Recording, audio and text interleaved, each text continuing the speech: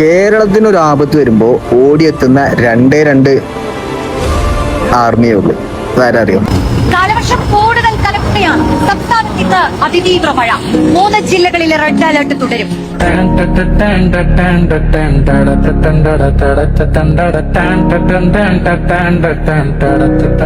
Hello അച്ഛന്മാരെ, safe അല്ലേ?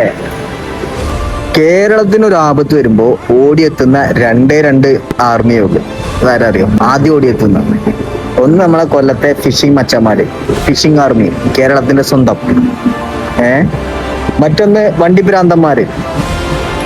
നമുക്കൊരു ആപത്ത് വരുമ്പോ എന്താ പറയാ, കേരളത്തിന് നമുക്കെന്ന് പറയുമ്പോ കേരളത്തിനൊരു ആപത്ത് വരുമ്പോ മഴക്കെടുതി ആയിക്കോട്ടെ, പ്രളയം ആയിക്കോട്ടെ, എന്ത് ആണെങ്കിലും നമുക്കൊരു ആപത്ത് വരുമ്പോ രക്ഷിക്കാനായിട്ട് നമ്മുടെ അടുത്തുള്ള ആകെ സംവിധാനങ്ങൾ വളരെ കുറവാണ്. പക്ഷേ എന്താ പറയാ, ആദ്യം ഓടിയെത്തുന്ന കുറെ പേരുണ്ട്. നമ്മുടെ എന്താ പറയാ, നമ്മുടെ പട്ടാളം എന്നൊക്കെ പറയാം. പക്ഷെ പോലീസിന്റെ ലിസ്റ്റിൽ അവര് എന്താ പറയാ, റൗഡി എന്ന് പേരുള്ള വണ്ടിഭ്രാന്തന്മാര്, അതുപോലെ മോഡിഫൈഡ് വണ്ടികൾ മോഡിഫൈ ചെയ്യാന്നൊക്കെ പറഞ്ഞ് ജെൻസിനെ പറ്റിച്ച് അത് വിട്. എന്തായാലും അവരായിരിക്കും ഏറ്റവും മുമ്പിലുണ്ടാവുക. പിന്നെ മറ്റൊരു ടീം കൊല്ലംകാരാണ്. കൊല്ലത്തെ നമ്മുടെ ഫിഷിംഗ് മച്ചന്മാര് അവരിറങ്ങും. ഒരു വർഷത്തില് കൊല്ലത്തെ നമ്മളെ ന്യൂസുകൾ ഇങ്ങനെ എടുക്കും.